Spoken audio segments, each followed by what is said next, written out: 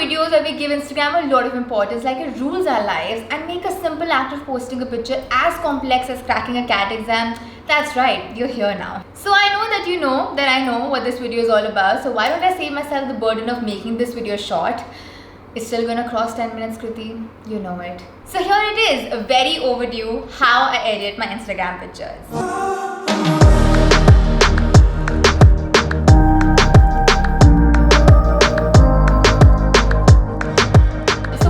Jump into the editing bit, I want to talk about how I take my Instagram pictures because I feel that might be of interest to some of you. So I take my Instagram pictures on my camera that I'm shooting with right now. It's a Sony A7 III. I'm going to put a picture right here so you can see. Now, another thing that I want to talk about before we get into the editing bit is where and when do I take Instagram pictures. So I have used both my phone and my camera, and I have discovered that for camera pictures you should never be standing in direct sunlight because it overexposes the body or the subject that you're taking. So it's best to take pictures during the day but not in direct sunlight when you're taking it from the camera. When you're taking a picture from your phone, it's awesome to actually stand just in front of the sunlight because I don't know, it gives that very glowy finish to your face, which iPhone does amazingly well. Of course, golden hour is the time where pictures from both these devices come amazingly well.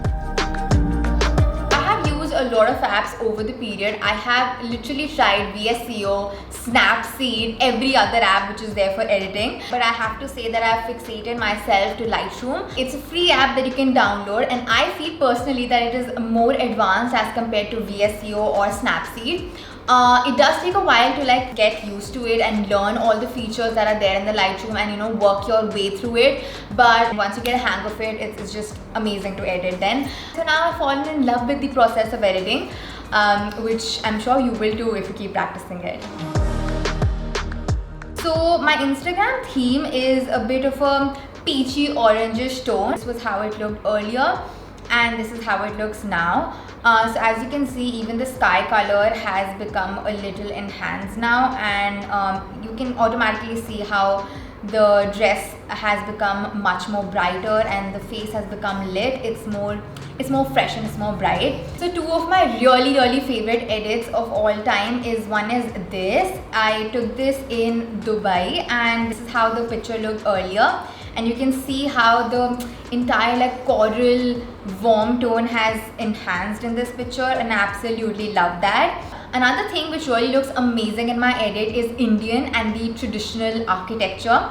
So I'm going to show you like this picture that I edited. It looks completely different now. This is how it looked earlier and now it looks like that. I mean, just look at the difference. The skin tone goes perfectly well with the edit and everything becomes more brighter, more lit. Can you see the hair color, how it is changing? So it really goes well with the hair color. So this is a picture that I clicked for only, and just look at the difference now. I mean, it's crazy. Why I've chosen this picture is because, as you can see, this picture has a lot of colors, and I feel it is gonna serve the purpose of me to explain you how I deal with every color. So I like to first go with the exposure and fix that. So I am going to decrease the exposure because then you have more scope of like adjusting the tones and the tints of the picture. So I'm going to decrease the exposure a little to maybe minus 51. And then before going to the other basic tools, which is contrast, shadows, highlights, first I'm going to go to the curve section. Now, if you haven't used Lightroom before, you're probably going to be like, what the fuck is this? And believe me, I have been here. For the longest time, I didn't even touch these, thinking this is some serious technical shit. But honestly, it is the most powerful tool of Lightroom. It is going to give you the most control over highlights, shadows, tints of your picture.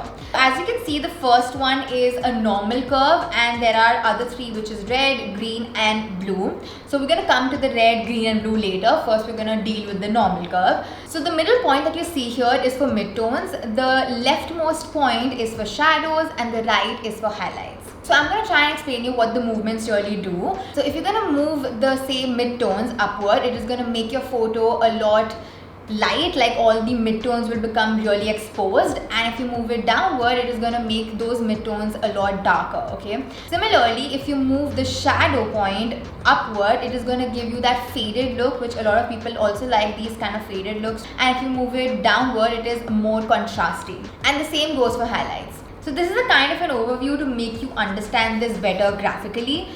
Well, my mom will be really proud of me with that. First, I'm gonna put my highlights a bit lower. Can you see the difference it's making on my dress? Then I'm gonna move the midtones a little up. Similarly, I'm gonna adjust the point here according to my liking. With this curve, what I've done is I have reduce the highlights of my picture a little so that I can work well with the other features, because an overexposed and over contrasty picture never works well with my kind of an edit. The next three really do the same job as the normal curve, it's just that they tackle that specific color. So now for these, your x-axis remains same as the normal curve, but now the only difference is that if you move it upward and downward, it's not going to be light or dark, it's just going to change into color. So if you move your curve, say red curve upward, it is going to give you more red tint, and if you move it downward, it's going to do the opposite, which is increase the green tint and reduce the red, right? Now the key here is really to play around with these curves, I feel, and try doing them up and down so that you know what each one does and what each movement is exactly doing to your picture, and that's how you'll get the hang of it, because that's how I learned. And it's not that tough. I mean, if you just get a hang of it, I mean, I don't change it at that much, as you can already see here. It's just a little movement in the shadow part that I do for the colors at least. I mean, I would just suggest you to just download Lightroom and just start playing with it, because that's when you will figure out what works for you, what works for your picture, what works for your skin tone, what works for your hair color, because all these factors do matter in making a picture look a certain way. So yeah, I think I'm done with this, but we are gonna come back to these curves at the end of the video for, you know, just adjusting and just giving the final touches, because that's what I like to do at the end. Now I'm gonna come to the contrast, highlights, shadows, and the basic tools of the Lightroom. I am maybe just gonna reduce the contrast section a little bit, maybe to -1. And the highlights now, guys. As I said in the beginning, it is important to reduce the highlights, because if you increase the highlight, it's just going to overexpose the highlights. So that's not what you want. So I just go with -100 for highlights, like literally just go towards one end. For the shadows, this is my magic tool. Like, I love using, I don't think my pictures would be complete without shadows. And one more tool, which I'm going to talk about later. I just go completely above with the shadows.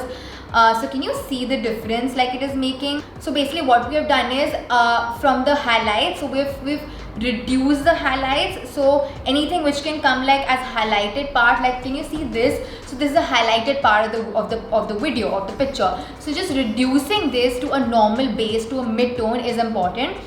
And similarly, anything like shadow, which is the darker part of the image, so we have to make that lighter so that we come again to the mid-tone, so that we have much more wide space to work with, like wide range of colors, wide range of like tones to work with. So you can see a lot in this picture now, right? I like to like increase the white tone, maybe like leave it here. Now black, I'm gonna just like increase it a little. Can you see the difference it has made? Now we're going to go to the color section. Okay, so temperature actually controls how yellow or how blue your picture is. I increase the temperature a little bit. I don't go too overboard with it. I'm just gonna go and increase it maybe to 11. I think that much is fine. Tint decides how much pink your tone is. Can you see this is becoming very peachy? We don't want that much, and since this picture already has a lot of peach in it, I'm just gonna leave it here. Of course, I'm dealing with colors. Vibrance has to be above.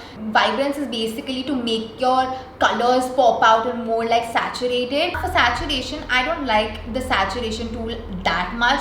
I mean, I feel it makes the orange look like really orange, which I don't like. So I'm going to decrease the saturation. Can you see the difference? The hair color has already become better. The dress has become less less highlighted and it is more visible. So basically the main motive of all these steps was everything has to come out in terms of detail, right? Now, the mix section. This is literally where the magic happens. I'm not even kidding on that. This is a section where you control every specific color in your photo and decide how light it is, how dark it is, how saturated it is, what tint it is, which is literally the key to perfecting a photo. I don't touch hue and saturation as much, but luminance is something that I really work with. Lightroom recognizes your lips as red. Like this is my lip color. If I want a little bit darker or red tint to my lips, then I'm gonna turn left side.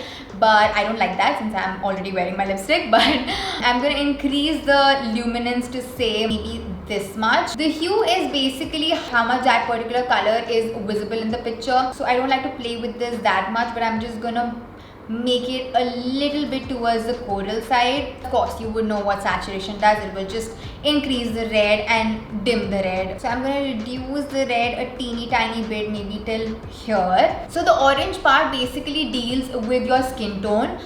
So if you suppose increase the luminance to the right side, you're gonna make those skin tone a lot lighter. So suppose if your picture is very very dark, which is generally the case for my pictures, then you're gonna increase the luminance. If your face is really sharp and highlighted, which is generally the case for iPhone pictures, so in that case you're gonna decrease the luminance. Now comes the yellow part. It is not affecting anything but the lights of my picture. So I'm gonna increase the luminance to 100.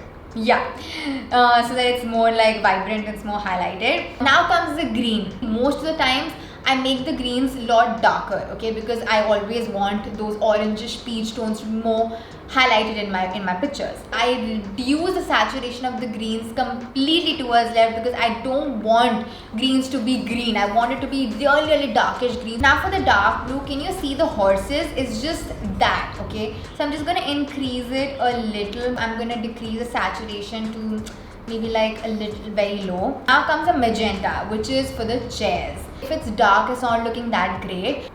Here maybe the hue I am going to increase, okay? So yeah, that's it. Now for the detail, so I will use a sharpen tool and I will maybe increase it a little bit, so to say 26. So I'm just gonna spend a little bit time on my fixing of these curves, and I'm gonna show you the final product. So here it is, the before and the after. You just look at the difference. It's become a coral peachy tone, which I absolutely love. Now moving to the next one. I also wanted to show you how my edit really looks with like a white tone or with neutral shades. One I'm gonna choose, which is a western.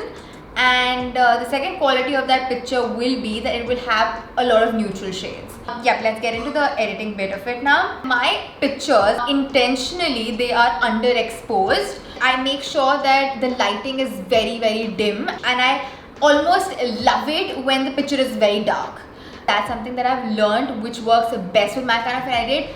Click a picture in the dark, not in the dark as in like night, but click where there is literally very less light. This is a small tip that don't click pictures, like click pictures which make your face look darker, because that's what we're gonna fix in my edit.